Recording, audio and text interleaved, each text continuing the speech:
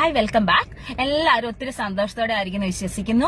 നമ്മളിപ്പോൾ നോമ്പ് കാലത്തിന്റെ ചിന്തകളിലൂടെയാണ് കടന്നു പോകുന്നത് അല്ലെ. അപ്പം നോമ്പ് പല രീതിയിൽ നമുക്ക് ആഘോഷിക്കാം, അല്ലെങ്കിൽ ആചരിക്കാം, അല്ലെങ്കിൽ നമുക്ക് അതിനായിട്ട് ഒരുങ്ങുകയും ചെയ്യാം. നമ്മൾ ഈ കഴിഞ്ഞ ദിവസങ്ങളിൽ കണ്ടതുപോലെ നോമ്പ് കാലം എന്ന് പറയുന്നത് ദുഃഖത്തിന്റെയും അല്ലെങ്കിൽ സങ്കടത്തോടു കൂടി ഇരിക്കേണ്ട ഒരു ദിവസമല്ല.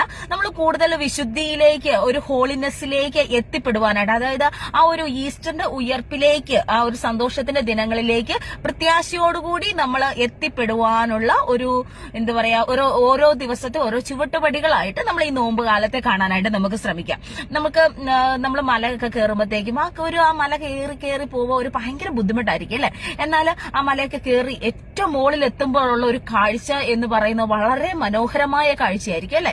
പക്ഷെ ആ ഒരു യാത്ര ഒരുപക്ഷെ ദുർഘടം നിറഞ്ഞ യാത്രയായിരിക്കാം. അതുപോലെ നമ്മുടെ ജീവിതത്തിന് ഇപ്പോഴായിരിക്കും നമ്മുടെ അവസ്ഥകൾ ഒത്തിരി സങ്കടത്തിന്റെയും വിഷമവും പ്രശ്നങ്ങളൊക്കെ ഉണ്ടെങ്കിലും അവസാനമായി ഈസ്റ്ററിന്റെ ആ ഒരു ദിവസത്തിലേക്ക് നമ്മൾ കണ്ടുകൊണ്ട് നമ്മൾ മുമ്പോട്ട് നീങ്ങാനായിട്ട് നമുക്ക് ഈ നോമ്പുകാലം നമുക്ക് ക്രമീകരിക്കാം.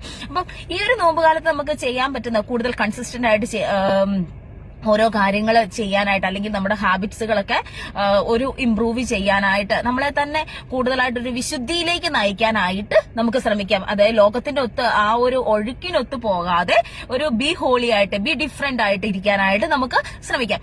ഈ പ്രാവശ്യത്തെ നമ്മുടെ ലിയോ മാർപ്പാപ്പ നോമ്പിനെ കുറിച്ച് പറയുന്ന ഇതാണ്: നോമ്പുകൾ ഭക്ഷണത്തെക്കാൾ ഉപരിയായിട്ട് മറ്റുള്ളവരെ മുറിപ്പെടുത്തുന്ന വാക്കുകളിൽ നിന്നും ചിന്തകളിൽ നിന്നും നമ്മൾ മാറിയിരിക്കാനായിട്ട് ശ്രമിക്കുക എന്നുള്ളതാണ് ലിയോ മാർപ്പാപ്പ നമ്മളോട് ഈ ഒരു നോമ്പ് കാലത്ത് നമ്മളെ ഓർമ്മപ്പെടുത്തുന്നത്.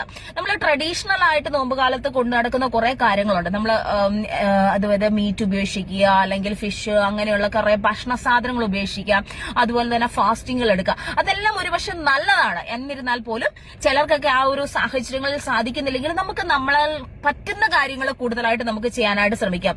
ഒരുപക്ഷെ അനാവശ്യമായിട്ട് നമ്മുടെ സോഷ്യൽ മീഡിയ സ്ക്രോൾ ചെയ്യുന്നത് നമുക്ക് ഉപേക്ഷിക്കാൻ പറ്റും.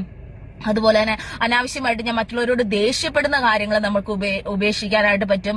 അതുപോലെ തന്നെ ഞാൻ മറ്റുള്ളവരെ കുറിച്ച് കുറ്റം പറയുന്ന ഒരു വ്യക്തിയാണെങ്കിൽ ആ ഒരു ശീലം മാറുവാനായിട്ട് നമുക്ക് ഈ ഒരു നോമ്പ് കാലത്ത് നമുക്ക് തെരഞ്ഞെടുക്കാനായിട്ട് പറ്റും. അതുപോലെ കൂടുതൽ വിശുദ്ധിയിൽ വളരുവാനൊക്കെ ആയിട്ട് അങ്ങനെ. അല്ലെങ്കിൽ ഞാൻ ഡെയിലി ബൈബിൾ വായിക്കാത്ത ഒരു വ്യക്തിയാണെങ്കിൽ എനിക്ക് ദിവസത്തിൽ ഒരു 30 മിനിറ്റോ, അല്ലെങ്കിൽ വേണ്ട 30 മിനിറ്റ് വേണ്ട, ഒരു 5 മിനിറ്റ് എല്ലാ ദിവസവും, ഈവൻ നമുക്ക് ബൈബിൾ എടുത്തു വായിക്കാനുള്ള ബുദ്ധിമുട്ട് അറ്റ്ലീസ്റ്റ് മൊബൈലിൽ തന്നെ ഡൗൺലോഡ് ചെയ്ത് അതൊന്ന് വായിച്ച് തുടങ്ങുന്ന ഒരു ശീലത്തിലേക്ക് വരാം.